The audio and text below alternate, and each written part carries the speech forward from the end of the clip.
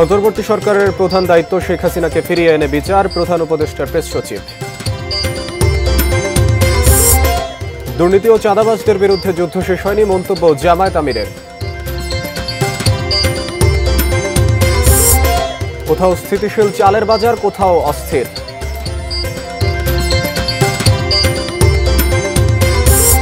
এবং বান্দরবানের আলীকদমে ট্রাক মোটরসাইকেলের সংঘর্ষে ৩ জন নিহত।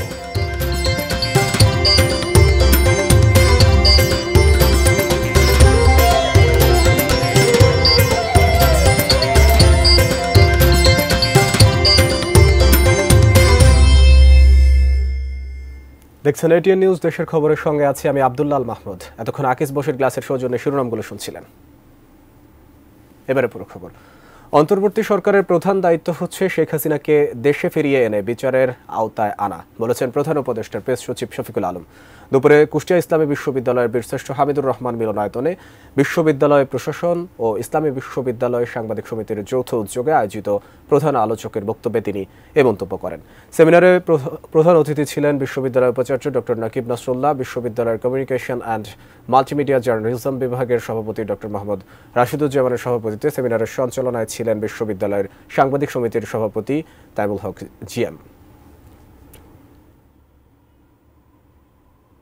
যতদিন আমাদের এই গভর্নমেন্ট আছে এবং পরবর্তী গভর্নমেন্ট সবাই মিলে এটা আমাদের একটা ১ নাম্বার দায়িত্ব হবে, তাকে ফিরিয়ে এনে বিচারের সম্মুখীন করা এবং যত রকমের ইন্টারন্যাশনাল প্রেসার তৈরি করা যায় সেটা এই ইন্টারিম গভর্নমেন্ট করছে। আমরা আমাদের ডিপ্লোম্যাটিক এফোর্টস জারি রেখেছি। আপনারা দেশের খবর দেখছেন। দুর্নীতিবাজ ও চাঁদাবাজদের বিরুদ্ধে যুদ্ধ এখনো শেষ হয়নি। দেশকে দুর্নীতিমুক্ত ও চাঁদাবাজ মুক্ত করতে হলে সবাইকে নিয়ে আবারও যুদ্ধ করতে হবে বলে মন্তব্য করেছেন জামায়াত ইসলামীর আমির ডক্টর শফিকুর রহমান। দুপুরে রাজশাহী ঐতিহাসিক মাদ্রাসা ময়দানে প্রধান অতিথির বক্তব্যে তিনি এসব কথা বলেন। যারা ঘুষ বাণিজ্য করেন, আবার মামলা বাণিজ্য অনেকে করে, তাদের প্রতি আমাদের আন্তরিক অনুরোধ, ভাই কাজগুলো করিয়েন না। আমাদের শহীদের আত্মা কষ্ট পাবে। আর আমাদের জীবন্ত সন্তানেরা যারা শহীদ হওয়ার নিয়ত করে ঘর থেকে বের হয়ে রাস্তায় সেদিন লাখ লাখ সন্তান, কোটি কোটি সন্তান নেমেছিল, তারা অন্তরে বড় কষ্ট পাবে। তাদেরকে কষ্ট দেবেন না মেহেরবানি।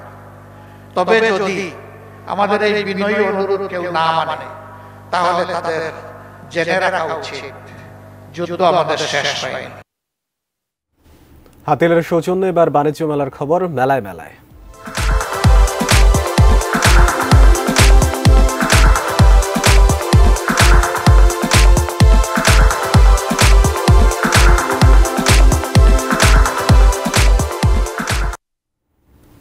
রাজধানীর পূর্বাঞ্চলে চলছে ২৯তম ঢাকা আন্তর্জাতিক বাণিজ্য মেলা ২০২৫। আজ ছুটির দিনে সেখানে ভিড় করেছেন ক্রেতারা। ১৮তম দিনে বাণিজ্য মেলার বেচাকেনাতে খুশি ক্রেতা এবং বিক্রেতারা। বাণিজ্য মেলার আরো খবর জানাচ্ছেন সহকর্মী ফেরদৌস রহমান। ঢাকা আন্তর্জাতিক মেলার বাণিজ্য মেলার আজকে 18তম দিন। এই 18তম দিনের মেলা যে 18টি দিন কাটালো, এই 18তম দিনে এসে মেলায় মানুষের ভিড়ের কথা যদি একটু বলি, তাহলে বেশ জমজমাট বাণিজ্য মেলার মানুষের সমাগম। এবং আমি যেখানে দাঁড়িয়ে আছি এটি একটু ফাঁকা জায়গা, একটু দূরে এখানে প্যাভিলিয়ন গুলো, কিন্তু মানুষের ঠিক ভিড়টা দেখানোর জন্য আমার এখানে আসা। তো বাণিজ্য মেলায় আজকে ছুটির দিনে বেশ মানুষ প্রবেশ করছেন। শুধু প্রবেশ বললে ভুল হবে, যারা আসছেন তারা কিন্তু তাদের পছন্দের পণ্যগুলো কেনাকাটা করার চেষ্টা করছেন। এবং তারা বলছে যে বাণিজ্য মেলায় সাধারণত সেই পণ্যগুলোই তারা কেনেন সেগুলো সারা বছর আসলে এই দামে পাওয়া যায় না, অর্থাৎ সারা বছর ধরে দাম এক ধরনের থাকে। কিন্তু বাণিজ্য মেলায় আসলে এই পণ্যগুলোর যে অফার দেওয়া হয় সেই অফার অনুযায়ী বাণিজ্য মেলায় তারা কেনাকাটার চেষ্টা করেন। তবে বাণিজ্য মেলা এর বাইরে যেহেতু এবার যোগাযোগ ব্যবস্থা অনেক ভালো, বলা যায় যে গত ৩ বছর যাবৎ বাণিজ্য মেলা এই নির্ধারিত জায়গায় এসেছে। স্থায়ী যে জায়গাটি করা হয়েছে, গণপ্রজাতন্ত্রী বাংলাদেশ সরকার যে স্থায়ী জায়গাটি নির্ধারণ করেছে, এখানে গত ৩ বছর যাবৎ বাণিজ্য মেলা এসেছে। তার মধ্যে এইবারই প্রথম বাণিজ্য মেলা অনেকটাই গোছানো এবং সেই সাথে বিক্রি কিনেও কিন্তু অনেক বেশি বাণিজ্য মেলার।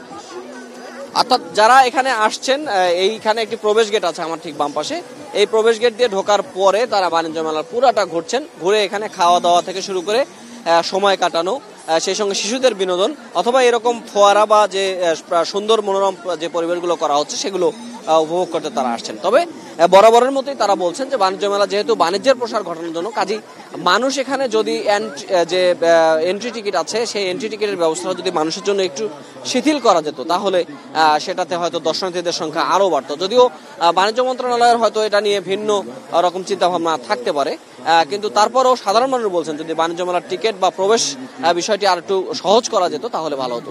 বাণিজ্য মেলা এই যে 300 ফিট, এই 300 ফিটের পূর্বাচলে আসাতে যেটি হয়েছে সেটি হচ্ছে যে বাণিজ্য মেলাতে 3টি জেলার মানুষ আসতে পারছেন, যে কারণে বাণিজ্য মেলা অংশগ্রহণের সংখ্যাও দিন দিন বাড়ছে। যদিও ঢাকার মানুষের সংখ্যা অনেকটাই কমে গেছে, এখন গাজীপুর, নরসিংদী এবং নারায়ণগঞ্জের মানুষের সংখ্যা দিন দিন বাড়ছে। তবে যারা বাণিজ্য মেলায় আসছেন তারা কিন্তু মূলত কেনাকাটার জন্য আসছেন এবং একেবারে বাড়িতে থেকে হিসেব করে আসছেন যে কি কি কেনাকাটা করতে হবে এবং সেই কেনাকাটাগুলো তারা করে বাড়িতে ফিরছেন। এখন বিকেল হওয়ার পথে একটু পরে সন্ধ্যা নামবে, হয়তো যে ভিড়টি দেখছে এটি হয়তো আরো কয়েকগুণ বাড়বে এবং সেই সঙ্গে মানুষের যে বিনোদন দেওয়ার ব্যবস্থাগুলো, লাইভ কনসার্ট সহ বিভিন্ন রকম বিষয় থাকবে, যেটি বাণিজ্য মেলা কেনাকাটার পাশাপাশি মানুষের জন্য একটি বাড়তি বিনোদনের ব্যবস্থা করবে। এই হলো এখনকার মতো বাণিজ্য মেলার সর্বশেষ। মানুষ এখনো আসছেন, এখনো মেলার ভিড়ভাট্টার সংখ্যা বাড়ছে।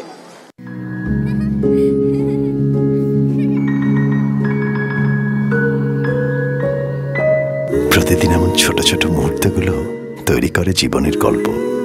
Hatil, live and relive. দর্শক, এ পর্যায়ে নিচ্ছি ছোট্ট একটা বিরতি, এরপর আরো যা থাকছে। ফরিদপুরের নগরকান্দায় মসজিদের মাইকে ঘোষণা দিয়ে 2 গ্রামবাসীর সংঘর্ষ। চাঁদপুরে সামুদ্রিক মাছের মেলা চলবে 3 মাস।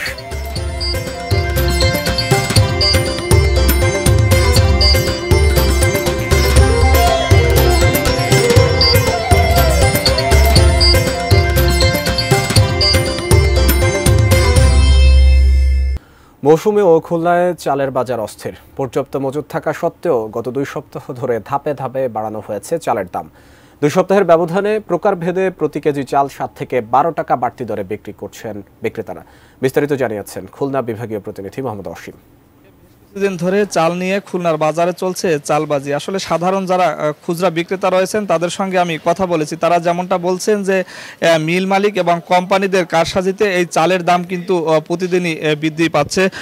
গত 1 সপ্তাহ ব্যবধানে প্রায় সব ধরনের চালের দাম বেড়েছে 7 থেকে 12 টাকা কেজি দরে বেশি। অর্থাৎ সব থেকে যে বিষয়টি সেটি হচ্ছে যে মিনিকেট গত সপ্তাহে বিক্রি হতো 70 টাকা, সেখানে আজ বিক্রয় হচ্ছে 82 টাকায়। একইভাবে বালাম চাল গত সপ্তাহে বিক্রয় হতো 58 টাকা কেজি দরে, আজ সকাল থেকেই খুলনার বাজারে বিক্রয় হচ্ছে 68 টাকা কেজি দরে। একই সাথে নাজির শাইল বিক্রয় হতো গত সপ্তাহে 72 টাকা কেজি দরে, আজ সকাল থেকে সেই চাল বিক্রয় হচ্ছে 85 টাকা কেজি দরে। একই অবস্থা সন্না এবং মাঝারি মিনিকেটের। অর্থাৎ বলা চলে যে সব ধরনের চালের দামই কিন্তু বাড়তির দিকে। আমি কথা বলেছিলাম সাধারণ যারা ক্রেতা রয়েছেন তাদের সঙ্গে, তারা যেমনটা বলছেন যে শুধুমাত্র সবজির বাজারে স্বস্তি এনে অস্বস্তিতে ফেলিয়েছে চালের বাজার। সাধারণ যে খুচরা বিক্রেতারা রয়েছেন তারা বলছেন যে মিলার এবং কোম্পানিদের যে বড় ধরনের সিন্ডিকেট, এই সিন্ডিকেট না ভাঙতে পারলে কিন্তু এই চালের দাম কিছুতেই কমানো সম্ভব নয়। সে কারণে সরকারকে এখনই কিন্তু কার্যকর পদক্ষেপ নেওয়া উচিত বলে তারা বলছেন। আমার কাছে সব মিলিয়ে এই ছিল খুলনা নিউ মার্কেটের চালের বাজার থেকে চাল বাজারের সর্বশেষ খবর। চাঁপাইনবাবগঞ্জে 1 সপ্তাহ ধরে চালের বাজার স্থিতিশীল। এই সময়ের মধ্যে বাজারে চালের দাম বাড়েনি, তবে মিল গেটে চালের দাম কমলেও এর প্রভাব পড়েনি খুচরা বাজারে। চাঁপাইনবাবগঞ্জ থেকে প্রতিনিধি মোহাম্মদ নাদিম হোসেন জানিয়েছেন বিস্তারিত। চাঁপাইনবাবগঞ্জে খুচরা বাজারে সব ধরনের চালের দাম আপাতত স্থিতিশীল রয়েছে। 1 সপ্তাহের ব্যবধানে চালের দাম বাড়েনি, তবে ব্যবসায়ীরা জানান 2 মাস আগে থেকে চালের দাম লাগাতার বেড়েছে। কেজিতে 5 থেকে 6 টাকা পর্যন্ত দাম বেড়ে গত 1 সপ্তাহ ধরে স্থিতিশীল রয়েছে।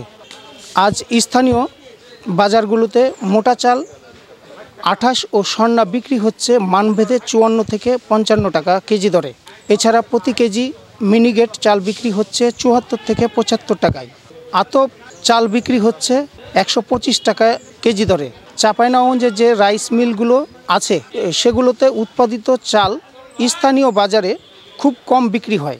এসব চাল চলে যায় ঢাকা, চট্টগ্রাম সহ বিভিন্ন শহরে। চাঁপাইনবাবগঞ্জে খুচরা বাজারে যে চাল বিক্রি হয় সেগুলো আসে দক্ষিণাঞ্চলের বিভিন্ন জেলা থেকে স্থানীয় মিল মালিকদের দাবি, অতিরিক্ত লাভের আশায় খুচরা বিক্রেতারা অন্য জেলা থেকে নিম্নমানের চাল এসে বিক্রি করে। তবে পাইকারি ব্যবসায়ী ও চাল সরবরাহকারী মিল মালিকরা জানিয়েছেন, এক সপ্তাহের ব্যবধানে মিল গেটে চালের দাম কমেছে, কিন্তু খুচরা ব্যবসায়ীদের কারসাজির কারণে বাজারে এর প্রভাব পড়ছে না। খুচরা ব্যবসায়ীরা আগের দামেই চাল বিক্রি করছেন। আমার কাছে চালের বাজার থেকে এই ছিল সর্বশেষ খবর। দেশের খবর, দুঃখিত। বান্দরবানের আলীকদম উপজেলায় ট্রাকের সঙ্গে মোটরসাইকেলের মুখোমুখি সংঘর্ষে 3 জন নিহত হয়েছেন। দুপুর 12টার দিকে এই দুর্ঘটনা ঘটে। মোটরসাইকেলটি চকরিয়া থেকে আলীকদম যাচ্ছিল। নিহতরা হলেন মোহাম্মদ মিনহাজ, মোহাম্মদ বেল্লাল, মোহাম্মদ সৈয়দ আমিন। এরা সবাই আলীকদম উপজেলার বাজারপাড়ার বাসিন্দা। স্থানীয়রা জানান, দুপুরে কক্সবাজারের চকরিয়া উপজেলা থেকে মোটরসাইকেলে করে আলীকদমে সদরে যাচ্ছিলেন ওই 3 যুবক। পথে উপজেলার চৈখং ইউনিয়নের তারাবুনিয়া এলাকায় মোটরসাইকেলটির সঙ্গে বিপরীত দিক থেকে আসা একটি ট্রাকের মুখোমুখি সংঘর্ষ হয়। এতে ঘটনাস্থলেই মোটরসাইকেলের 3 আরোহীর মৃত্যু হয়। খবর পেয়ে পুলিশ, ফায়ার সার্ভিস ও সিভিল ডিফেন্সের সদস্যরা 3 জনের মৃতদেহ উদ্ধার করে এবং ঘাতক ট্রাকটিকে আটক করে।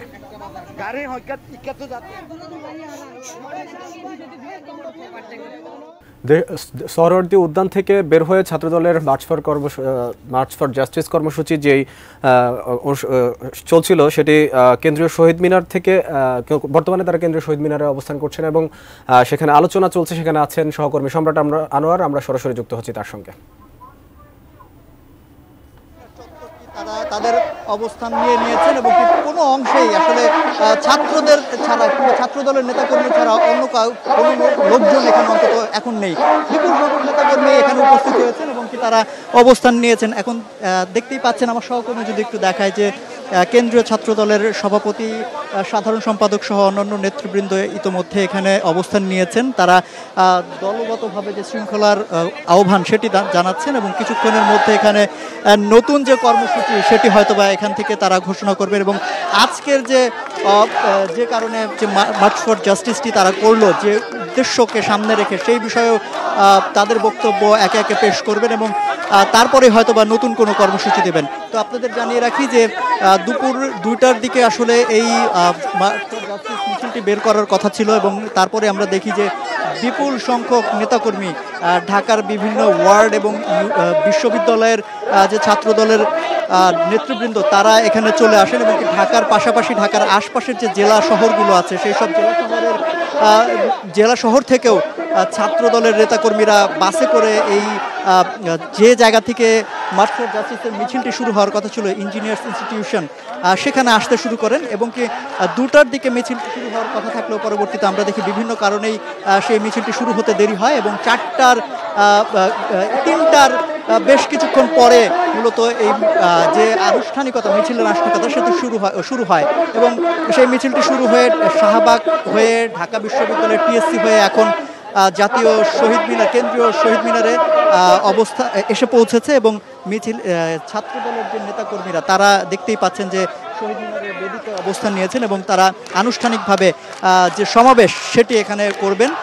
ইতোমধ্যেই দলের নেতাকর্মীরা এখানে অবস্থান নিয়ে ফেলেছেন। দেখতেই পাচ্ছেন যে শহীদ মিনারের আশপাশে কোনো জায়গায় আসলে সেরকম খালি নেই, নেতাকর্মীতে ভরে গিয়েছে এবং তারা আনুষ্ঠানিকভাবে আজকের যে সমাবেশের বক্তব্য সেটি দেয়া শুরু করবেন এবং কিছুক্ষণের পরেই হয়তো বা তারপরে এখানে তারা নতুন কোনো কর্মসূচি এখান থেকে তারা ঘোষণা করবেন।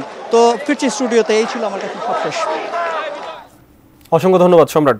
দর্শক, ছাত্রদলের মার্চ ফর জাস্টিস কর্মসূচির বর্তমান আনুষ্ঠানিকতা সম্পর্কে কেন্দ্রীয় শহীদ মিনার থেকে জানাচ্ছিলেন আমাদের সহকর্মী সম্রাট আনোয়ার।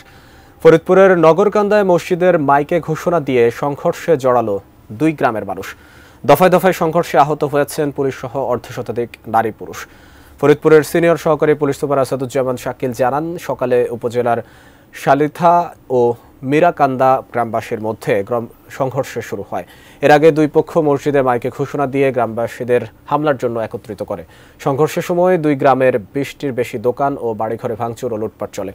পুলিশ ঘটনাস্থলে গিয়ে পরিস্থিতি নিয়ন্ত্রণ করতে গেলে ইট পাটকেলের আঘাতে তাদের কয়েক সদস্য আহত হয়। এছাড়া সংঘর্ষে নারীসহ 2 পক্ষের অর্ধশতাধিক আহত হয়।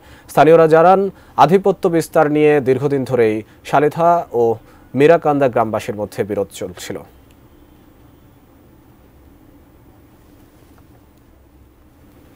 চাঁদপুরে চলছে সামুদ্রিক মাছের মেলা। শুক্রবার থেকে শুরু হওয়া মেলা চলবে আগামী ৩ মাস। জেলা শহর বঙ্গবন্ধু সড়কের পাশে প্রতিদিন সকাল ৮টা থেকে শুরু হয়ে মেলা চলবে বিকেল ৪টা পর্যন্ত। মেলায় ৩০ থেকে ৩৫ প্রজাতির মাছ বিক্রি হচ্ছে। নদীর মাছের পাশাপাশি সামুদ্রিক মাছের চাহিদা থাকায় এবং সামুদ্রিক মাছের পুষ্টিগুণ সম্পর্কে জেলাবাসীকে অবহিত করতে এই মেলা আয়োজন জানান কর্তৃপক্ষ। বিলুপ্ত প্রায় ও অচেনা মাছের সমাহার দেখে আনন্দিত মেলায় আসা ক্রেতারা।